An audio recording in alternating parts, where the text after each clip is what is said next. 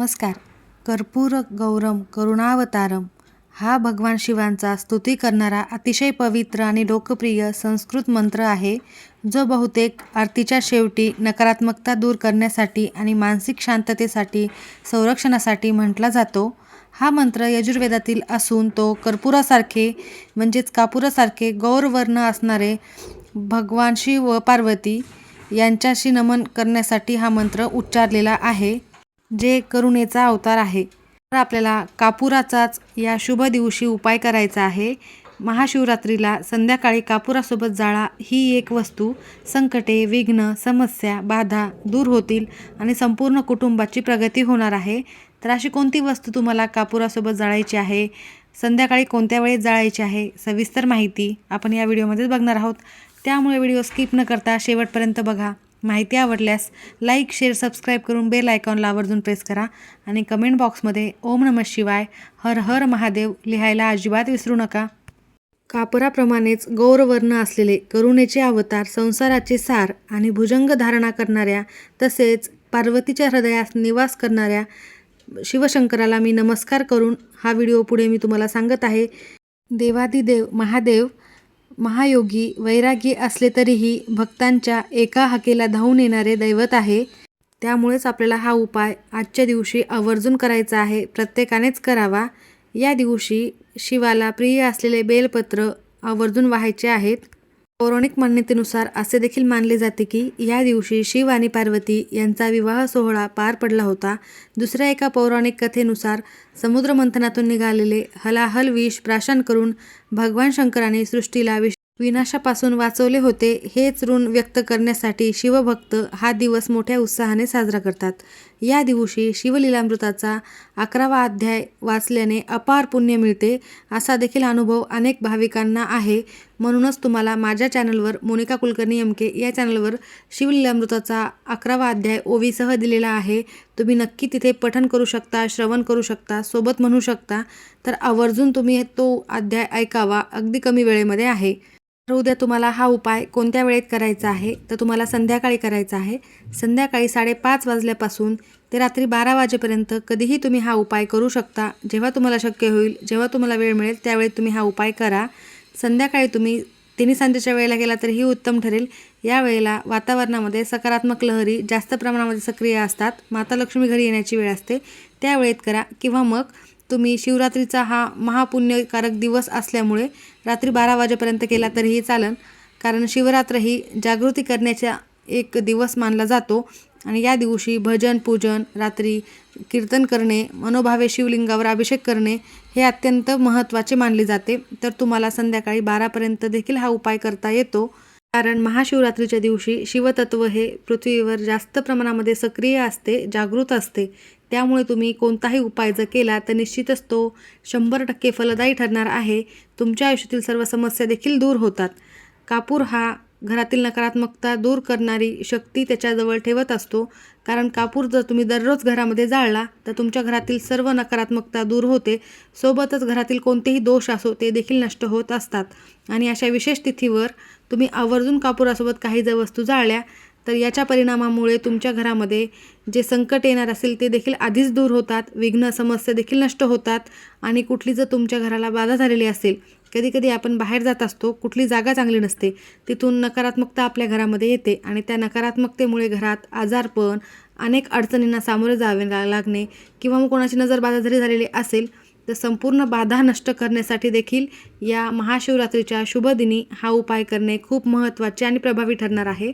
त्यामुळे आवर्जून हा उपाय प्रत्येक कुटुंबाने करावाच. ज्यांनी हा व्हिडिओ बघितलेला आहे त्यांनी हा उपाय नक्की करा. महाशिवरात्रीच्या दिवशी अनेक भाविक उपवास करतात, शंकराची पूजा करतात. तर हा उपाय करण्यासाठी तुम्हाला उद्या महाशिवरात्रीच्या दिवशी सकाळी लवकर उठायचे आहे. या दिवशी तुम्ही ब्रह्ममुहूर्तावर उठून स्नान केले तर अगदी उत्तम ठरेल.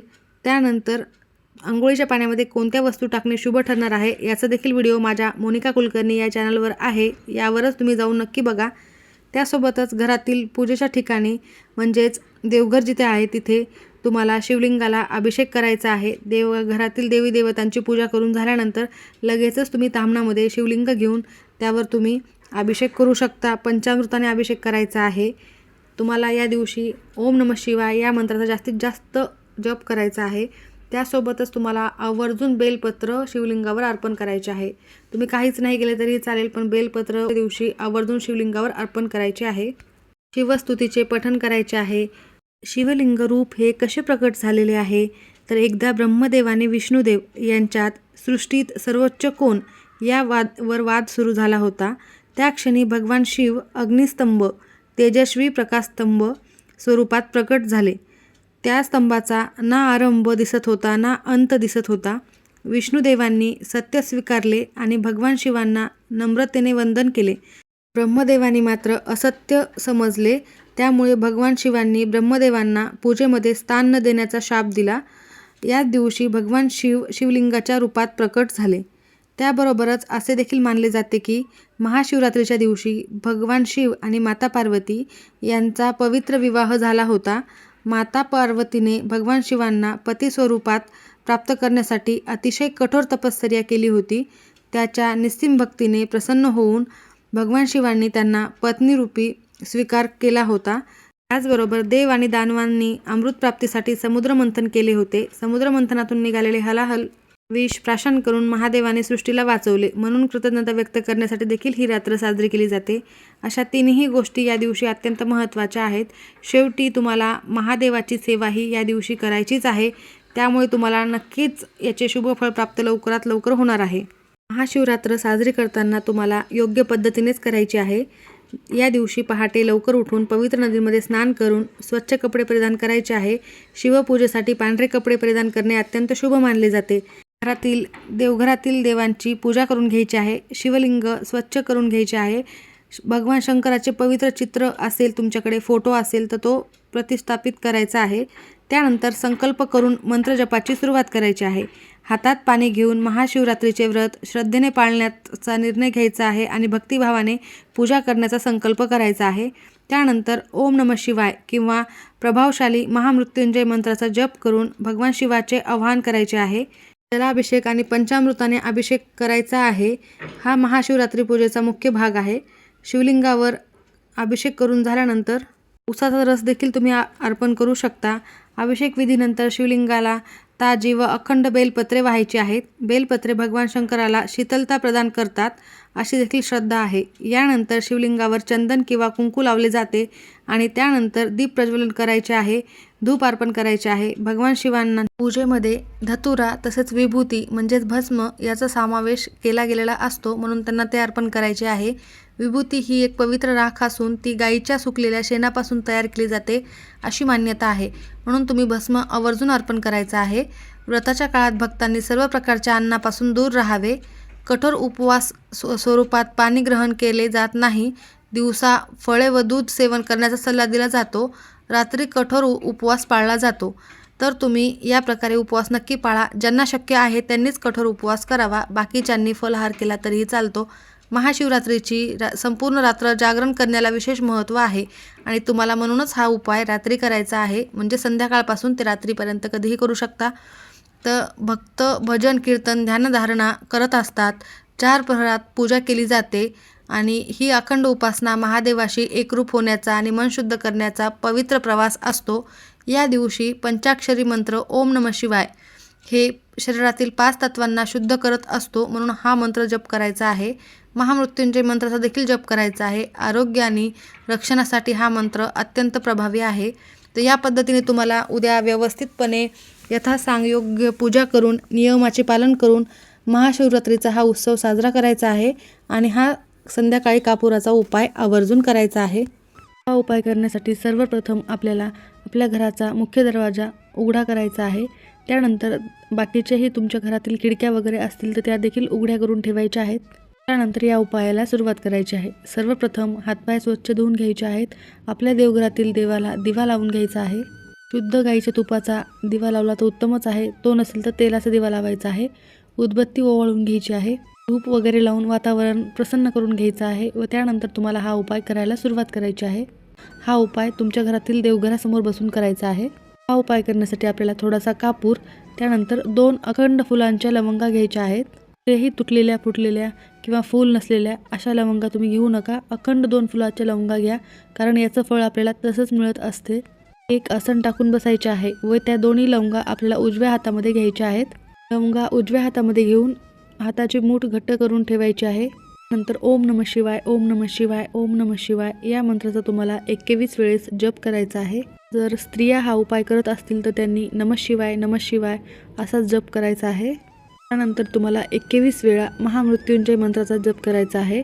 त्यानंतर तुम्हाला एक मातीची पंती घ्यायची आहे किंवा कापूर जाळायचं भांडं असेल तर ते घ्या. त्यामध्ये तुम्हाला थोडेसे तांदूळ ठेवायचे आहे, मूठभर तांदूळ ठेवायचे आहेत. त्यावर तुम्हाला 2 भीमसेनी कापराच्या वड्या ठेवायच्या आहेत.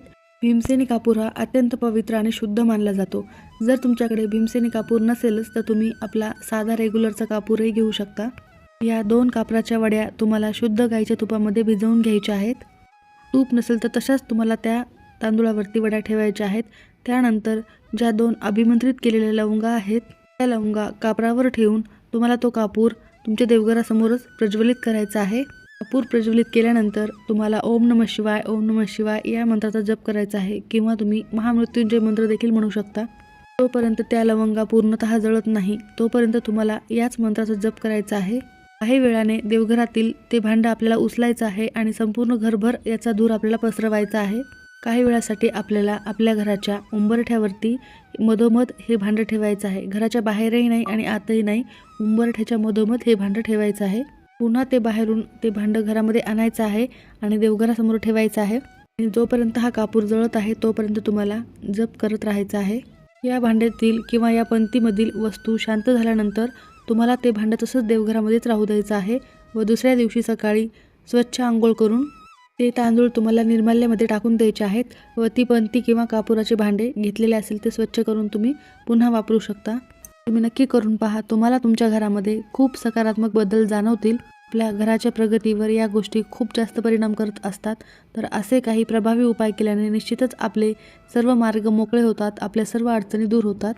त्याचबरोबर आज तांदूळाचा एक उपाय करायचा आहे. तांदूळांचा उपाय आजच्या दिवशी तुम्हाला तांदूळाचा एक प्रभावी उपाय करायचा आहे. हा उपाय तुम्हाला इच्छापूर्तीसाठी करायचा आहे. तुमची खूप दिवसापासूनची काही इच्छा असेल आणि ती पूर्ण होत नसेल तर हा उपाय करून पहा, नक्की इच्छा पूर्ण होईल. उपाय करण्यासाठी तुम्हाला 108 तांदूळ घ्यायचे आहेत. अखंड तांदूळ घ्यायचे आहेत. कुठेही तुटलेले फुटलेले तांदूळ आपल्याला या ठिकाणी घ्यायचे नाही आहेत.